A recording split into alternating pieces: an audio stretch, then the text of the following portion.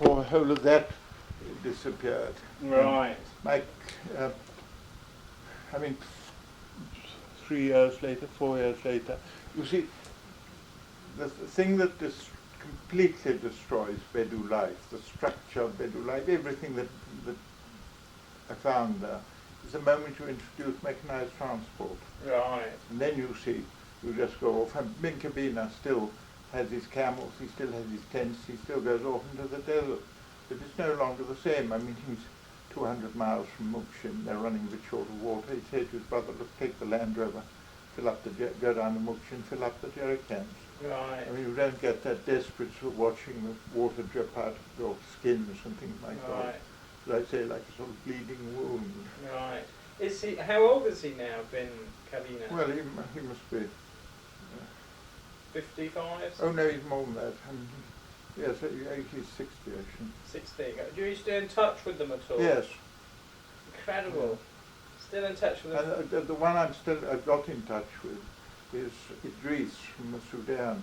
And this was fortuitous because I was a man called Peter Clark, who's with the British Council in Abu Dhabi, wrote me a letter saying he'd read my books and the sort of usual stuff. Yeah. And then he said, you'll be interested to know that one of the Zakawa here as our guard on the British Council.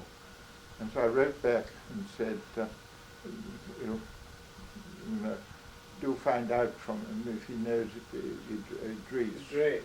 And back comes the answer that Idris is living in Tini, which was where he was when I was there, and that he's this man's uncle. Yeah. And that he's apparently in good health, but his eyes are fading. Well, he must be 70 now, just on 70. Right. So, I mean, it might be cataract and one thing. Yeah. There's little one can do about it. I would if but you should never try and send him anything that would never reach him anyway. No post office at Tini. No, no. Yes, I perhaps I've covered this already, but I was going to say, do you think that that travel is something that is a physical experience rather than an inward experience? For instance, could somebody like, I mean, is it travel for somebody of a totally alien culture to come to Britain and travel through England and watch? Yes. I mean, in a sense, well, the reverse it's a completely new experience. Right. When Lowy came here, who'd never, and I took him off, and we went and saw all the things here.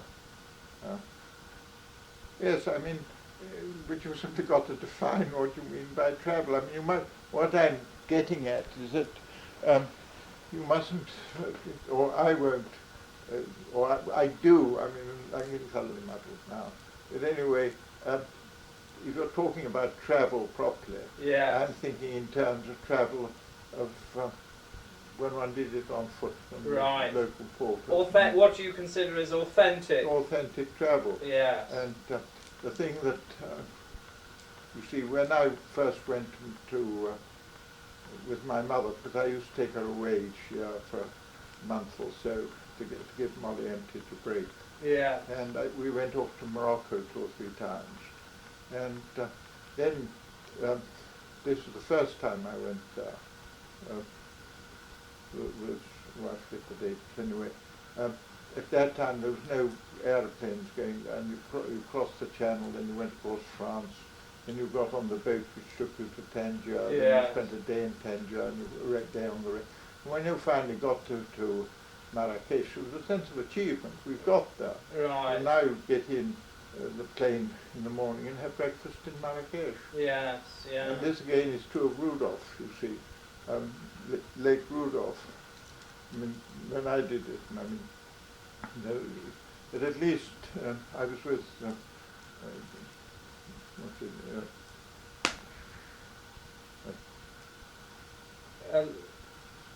I forgot his name, but a chap who'd been out, a friend of mine, and we did it together. And then it took us about a month to get there. Yeah. And finally, we climbed up, and there was a lake below us. And I've written an introduction. A man has written a book called, a friend of mine, called Kenya, First Footsteps. Yeah, I think you told me about this chap. Coming out very soon. Yeah. And I wrote an introduction to that and said that all the journeys, he mentions Kraft and Redmond,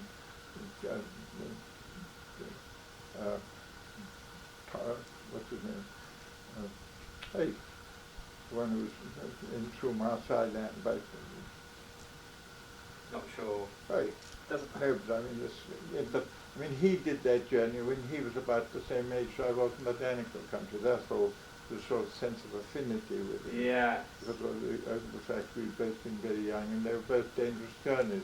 But the one I would have liked to have done most of all would have been Teleki's discovery of the lake. And then I said that when we'd done this journey, we'd been going to, we were using campus, and there was nobody else in the area. We no Europeans, no tourists, no nothing, closed district. Yeah. And then we arrived and suddenly we saw the lake below us. I can picture again what it must have meant to Teleki. Yeah. But I mean now, you get in a car at Narrow, and can we get to the lake in 2 days? We say, well, I say, you know, it's rather sweat. Why don't you break your journey up? So we go there early the next morning. Yeah. And worse still, of course, a lot of crowded people now go up there in an aeroplane. So you get in the aeroplane, you go have breakfast at Thompson's room outside there. Right. Does travel, when you travel and you see people who think of themselves as rather like being explorers, does it make you rather cynical or not? No. No? No, I mean, everybody's entitled. Right. Yeah. No, I have no sort of feeling. I don't think I have any sort of feeling of right to it or jealousy. No. I was interested to read. Have you ever heard of somebody called Eric Bailey? Yes. You mean the one who travelled up in Tibet. Tibet, yes. I put his book along there. I've got most of these books, yeah. I mean, he wrote a book about travel in the... But I met him at the RTS. Did you? Yes. He was a friend of mine at Sarkin. Yes, that's right. I wondered if you'd ever met him. Yes, I did meet him. We sat next to each other at dinner once. Right. Well, Eric... grieved because he found it difficult. You know, his book hadn't gone as well as he hoped it would. Right. But that, after all, that's still a chance. I see it perhaps wouldn't. I mean... Do you remember which one it was? No. Can't remember. His Tibetan one. Was it called No Passport to Tibet? No. No? There was another one called Assam, China, Tibet, I think. Yes, I don't know. I could look it up. I can probably put my hand on it. Yes. Well, he wrote a book called No Passport to Tibet about his journeys there in 1913. And it is remarkably dull. Incredibly dull. Well, that's, I mean, the one I've read, it isn't well. It's rather like, what's his name, Philby. I mean, not at all interesting. Yeah. And somebody's either got to have a sort of gift for making a thing interesting or not. Yes. But somehow you feel that while they were travelling, very little was really going on up here. And I wonder whether one can make a physical journey without really experiencing the fullness of it. I'm sure you can. Yeah. The reverse of people who aren't good travellers but write good travel books. Well, Freya Stark. Yes, or Maxwell, for example. Yes. And I wonder whether you could have someone who travelled in a very interesting and... Oh, I'm sure. And who saw one almost... would hope that he never would write a book. Yes, right. That would be my feeling. If I had him with me, I'd think to myself, my God, I hope he's not going to write about this because it will be absolutely unreadable. Right. No, I don't think it. And I think that if you're lucky, you get into sort of areas like I've been in. And then if you're lucky, somehow it comes out on paper. Right, yeah. I mean, what else was I going to say?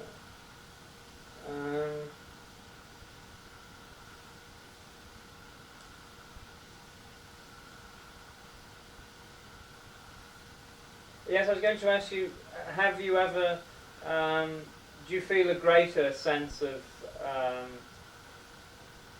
contentment in Africa or an African landscape as opposed to, say, a Scottish moorland? Oh yes. Why is that? Well, because Scottish, to me, it's dull Scottish moorland. I mean, Is it the sense that this landscape is bigger than you, or a dangerous landscape? well, that it can be dangerous is one thing, but again you come down to the thing about the people. Right. I mean, Scottish Galician people, I've met some very nice ones, but I don't feel I'm in any way a sort of unusual world if I'm not there talking with them. No. But I mean, if I'm down with a Samburu or Yeah. even today when the thing is changing. Right. So you seek a culture not your own. You seek a.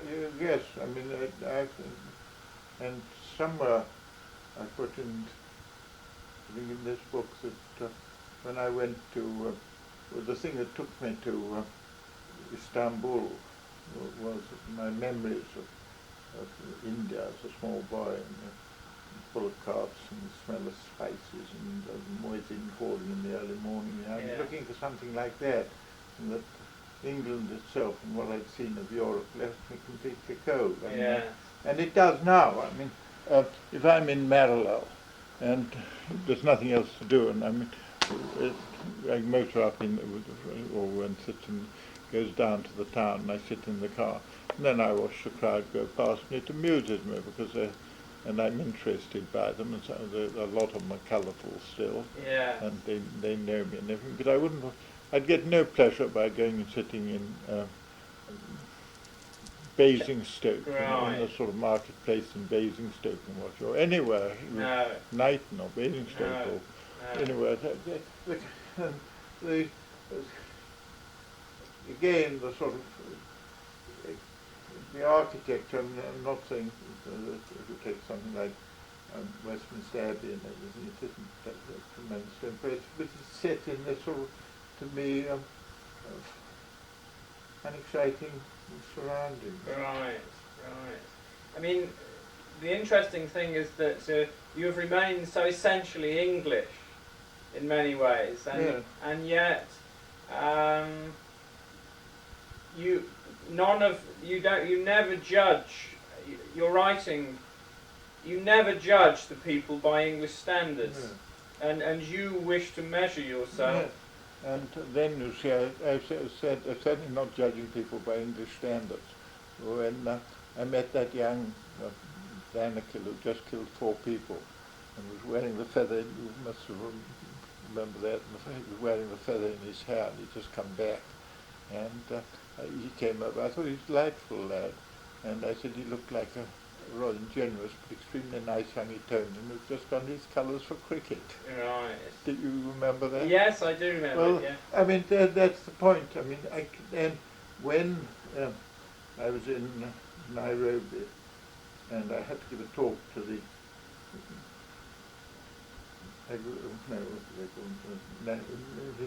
Natural History or the Museum Society. Museum Society. There was a big crowd there. I talked about the sort of nobility of the Bedu. I was talking about the Bedu. I have on these themes that I use now, but how lucky I to have been just in time, but then the nobility of the Bedu, and then the fact that, of course, you did get the blood feud and quite a lot of killing and everything. And a woman got up from the corner there and said, at the end there were allowed 2 questions. This was one of them, I'd overrun my time. And she said, I can't reconcile the sort of nobility with this killing. And I said, well, in fact, I think that the blood feud does have a deterrent effect as well as the other, because nobody wants to deliberately involve their family and themselves in the blood feud. No. But I said, all I can say to you is that if anybody had killed Bin Kabina or Bin Robesha, I'd have joined in the hunt to find him, and I would have hoped that it was I who killed him. Right. And I meant it. Yeah. I mean, your whole attitude to things, I mean, if anybody killed Bin Kabina or Bin Robesha, I mean, I'd been one thing I'd wanted to do was kill him, Yes, yeah. which is not an acceptable point of view here. But then you have to accept their morality. Yes, I do. Yeah. And I said there that in spite of all this thing with the Danakils, with this incessant killing and everything, I had no desire to see them administered by British rule and sort of yeah. civilized and taught to read and write and all the rest of it. Yes, yeah. It's interesting that it's a very, it's an exceptional perspective. Yes. It is very unusual for you. I never, yes. Also, I think Gavin Young in Return to the Marshes is about the only other book where one gets no sense of the morality of the author, the moral life and the culture that he comes from, or she comes from. Most writers impress upon them comparisons and... No, I've never compared anybody with your... No. I've never wanted to. I've always regretted any sort of changes I see. I mean, as I said to you earlier, in Kenya I recognise the necessity for the period. It's come now. Right. I've got to accept it. And therefore I want somebody like Lawi or Amar or Lawi or Laputo to benefit the full from it. Right. And I'm prepared to remain stay mage in the background. Right. What else was I going to say? I have something come up in my mind. I think it's really important. Oh, that's what I was going to ask you. You say that you're a traditionalist. I mean, how do you view, well, first of all, the political situation as you've seen Britain's power recede? I mean, are you conservative in the sense that you wish to retain that? No. No. No, and I mean, you've got to accept the fact that however, and this is an interesting sideline on this, Frank Steele was the man I went through went up Rudolph with, a friend of mine here. I met him in the old days when he was vice consul in Amara, in Basra. Mm-hmm. He's mentioned, I think, probably by you. Young. Yes. Yeah. But he had been a DO in Uganda, and he then, there was somebody of his own sort of age, quite a young man out there who he was friends with and probably worked in the office with him, or was part of his staff. And he met him again when Amin after Amin had come to power here in London. And this man had become one of Amin's henchmen. Well, cabinet ministers or whatever, right. A minister of some sort. And he'd escaped just in time to avoid he was saying how he'd escaped just in time not to be thrown to the crocodiles. Right. He'd fallen foul of Amin. And Frank said to him, but of course this must make you regret that the British have left. And he got rather angry, and he said, no, not at all. No. I mean, I'm not deploring what the English did. I think they did a lot for us in those old days and everything. But I certainly wouldn't want them back, and even if there's a sort of, the country's in a state of mess at the moment, it's our own mess, right. And we're dealing with ourselves, we're our own masters and everything right. today. Right. Then, again, I take this as far as to say that if the British were still in Kenya, and I enjoyed much more, I was there for 2 years while they were there, but I've enjoyed it more since you're not. Right. In the sense that it gives you a wider, more easy to get. I could never have had a Lawi if the British had still been there, because inevitably I should have been the Boana. Right. I mean, the attitude to me would have kind of avoided it. You see, well, now Lawi accepts me as his father and so on. And that I am, but I mean, I've got to meet, be accepted by them. Yeah. I can't sort of go checking my way too far. No, right. Yeah. And I think that if you went over all these countries, India, everywhere else, wherever, and you said took a referendum as to whether they'd like the British back, you'd get a few old servants who would say this, well, they'd like to have old so-and-so back as a Yeah. master. There's been no desire. We did what we did, and that was that. Yeah. And I'm not, the last thing I want to do is sort of say is that I would never depreciate what we did do. Right. And I think that this sort of feeling that, well, of course we had an empire and our sole object was to make money out of it, is utter balls. Yeah. And there were people attached to the empire who were making money and everything Right. else. And I mean, even in the early days of Clive's, and I stand amazed that I didn't, whatever he said, that I didn't make more out of it or something in this trial. Yeah. But when I was in the Sudan, and there we had no, there was no sort of, the only thing in the Sudan were the local people. The only thing that mattered Right. to all the DCs and the governors and the people there Were the was the people. welfare of the local people. And Yeah. see that there was no sort of feeling that, well, these settlers, we must do something about them. There weren't any settlers. No. They weren't allowed to be a settler. No. They weren't allowed to have a shop. They weren't allowed No. to have anything. No. And therefore they could, and then people like Guy Moore gave their whole lives and everything they had, and Newboat and Yes. others, Yeah. to the welfare of the people. And I'm very proud to have served with them and under Yeah. them for a time. Yeah. Yeah. What do you think about, I mean, this is moving slightly away from travel, but I mean, how do you feel about today's political situation? Do you think... Well, yeah, Mm. I know nothing about it. No. You see, I've never been interested in No. politics. I mean, No. I have great respect for Margaret Thatcher. I think if she hadn't been for Margaret Thatcher, we should probably be in a real mess now. Right. And she certainly raised our standing in the world back Right. somewhat. Yeah. I don't know quite where it was, but we are respected again, which we Right. were. But Yeah. I wouldn't be able to give you the names of 3 cabinet ministers. No. You seem to be quite apolitical. Yes, I am apolitical. Yeah. Yeah. I noticed you've been sent a copy of Michael Ockleshaw's book, Armour Against Fate. Yes.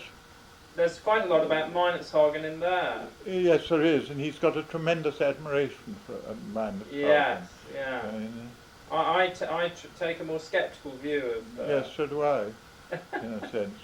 Yeah. The one that you missed out on was when Meinerzhagen massacred that village because they peed in that man's mouth around him. Yes. Well, do you remember, a little later, he attacks another village, and his people ran out of control and massacred everybody in the village. That's and then he was furious because they'd done this. How the hell could they do well, I mean, the one before, this is so illogical, the one before he told them to go and do it. And of course, I mean, being Africans and killers and everything, they think, let's go and do it again. Yes, the Maasai levies that he Yes, killed. they were the ones who ran amok. Yeah, yeah. Yes, you mentioned that last time I saw you, and I didn't include it, but it was a good point. Yeah. I was coming on to what I wanted to say last was that you are also an extremely gifted photographer. Yes, it is astonishing. Yeah.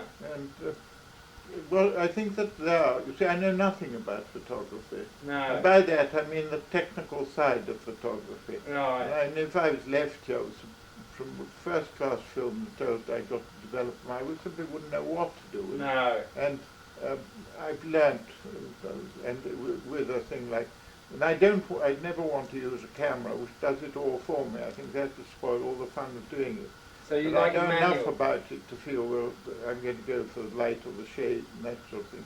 And the thing that I have got, I think, is a sense of composition. You have. And if you've got that, I mean, you may get good photographs. Yeah. And the sad thing was that, you see, certainly when I was in the Sudan those early years, I bought the Leica when I went to the Sudan, Right. the same Leica I used in Arabia, but I did nothing but take snaps in those days. Right. And therefore we were looking today because they're making a film, and we wanted to find some photographs of my early life. Right. They're making a film of your life. Mm-hmm. A cinema film or a... Yes, cinema. Are they? I mean, 40 minutes, 50 minutes or whatever it is. Oh, really? Robin Brown and Julian Pettifer. Oh, yes, yeah. They came out to Kenya and spent 4 or 5 days there. And they need, they'll be Lowry and they'll be all that, and Rose Molly empty sitting on the table, sitting on, Right. so on. And I mean, they asked me questions, rather as you've been doing now. Yes, yeah. Sitting round a fire, or sitting out on the, looking down on the lake, and so on. Yeah. But Yeah. how about I think of that? When's it coming out? November, we hope. November. How did we get onto a film anyway? You were talking about your photography. Oh yes, and they were. I mean, it's they want to include quite a lot of these photographs, and they wanted some sort of stuff from the early days when I was in Sudan. Well, we've only got sort of snaps to deal with instead of photographs of the Right. sort of standard of these. He did. Ron Clark put his whole everything he had into that book, Yes. and he produced it beautifully. Yes, it is beautiful. Freya Stark with a volume of photographs. They were also. Well, Freya Stark varies so enormously. I mean, some of her early photographs, and she was the one who I remember seeing before I went off to Arabia a volume of photographs taken by her of the summer of Kuwait, and thinking, my God, if she can produce photographs like this, why can't I? And studying the photographs a bit and thinking, well, I could do that. Right. If I sort of, if I thought of an individual photograph. Yes. Yeah. That instead of just. Yeah. Yeah. And I owe to her the fact that I ever became a photographer. Right. I don't like the word. I think you are, and I think that not only do you do good, not only do you have a sense of composition, but your portraits of people are very perceptive. What was the? Do you think you were just sensitive? No, I think I can see what's going to make a photograph, Yes. I mean, as well as a sense of composition. Right. One can sort of feel that's a face that does want Yeah. recording, or that. And sometimes it may be simply. There's one in this book here, the little boy standing beside with a cow behind him, a little Ethiopian boy, his hand in his mouth like that, looking at me with the forest around him. Now, he'd only had to move his hand and the photograph wasn't there. Yes, right. That's, I mean, there was another which I can't take any credit for. It's the one of the wild dog in the jungle. The dole. A dole in the jungle. And I was sitting on this elephant that was rocking about, and I thought, well, there it is. But, I mean, if you thought it all out and put all the bits of light and shade where you wanted them, you couldn't have improved on it. And yet, in a second he'd have moved another yard or two and one would have lost it. Right. So that was pure luck. Right. What sort of film did you use? Anything special? Ilford. Ilford. A sort of 22, is it? I'm not sure. Ilford 22, the speed would be 22 Right. or whatever it is. Only black and white. No, never used colour. Never used colour. No, never. I never, because you see, on the whole, it's drawings and things that I like rather than paintings. Yeah. Is that right? Yeah. That's interesting. You like line drawing? Yes, line drawing. But do you think that it's taking your time when you take a photograph? Is the key to taking good photographs taking your time about framing it and taking care over the photograph? Well, insofar as you can, but then the thing is not to miss the, I mean, as you are at the moment, I mean, I'm not saying, but if you just moved your head like that, damn, I've missed that. Right. I mean, one's sense that is where you want his face. Right. Well, the thing that, when I was travelling among these people, they weren't, a lot of them didn't really even know what a camera was. No. And the thing I won't do is go among a people I don't know, and then nowadays get out of a car And just advance on them and go and take photographs. I mean, I regard this as an unpardonable intrusion on them. Right. And when you see these lorries arrive with something like 30 tourists in it and 72 cameras between them. It's horrible. And when I went to the Pushkar fair in India, and I never took a photograph. I mean, there's some superb faces there, but I couldn't bring myself to go up to an Afghan and take a photograph like that of him. And when I was in, it was different when I was up in Ladakh, because there I was with Robert Fuchs, was with Save the Children, travelling with him, and we were in the houses and we were accepted, and we were all doing odd things, and they didn't. You could get your photographs without intrude. Yeah. Have you ever felt a love of a draw to Tibet? I mean, it's considered the last. Well, Tibet. I wouldn't want to go to Tibet at all now. I'd love to have gone there years ago, but since the Chinese have run over the place and wrecked it all, they've destroyed all but about 4 monasteries. Yeah. It's too tragic to go there. Yes. I wouldn't want. No, I don't want. And then again, you see, if you went to Tibet, you'd have to go in a Land Rover Right. and so on. No. Did you have originally an ambition to travel there? No. When you were a young man? No. No. No. No. No, when I was a young man, it was Ethiopia I wanted to take. Right. Right. And then from Ethiopia I went to the Sudan, and then the Sudan led on to Arabia. And then sort of summers in Arabia allowed me to get away up to the Karakoram, to the Hindu Kush. Right. Do you feel that travel is a spiritual process? A kind of... I would never sort of think in those terms. No. No. Possibly it is, but you don't see it in that way. I don't think it wouldn't be the travel, it would be the people I was with. Yeah. It's all important things. The people have got to be matter to me. Yeah. Yeah. I think the other thing was, is Graham Watson still alive? Yes, he is. I wondered if I could perhaps talk to him about Yes. He's down at Rye. At Rye, in Sussex. Do you want his address? Yes, I'd love it, yeah. Or Val French Blake? Well, French Blake's alive, yes. Could I have, do you think I could have their addresses just to... Yes. Val was good. What's his name? Watson. Or Graham. Graham. No.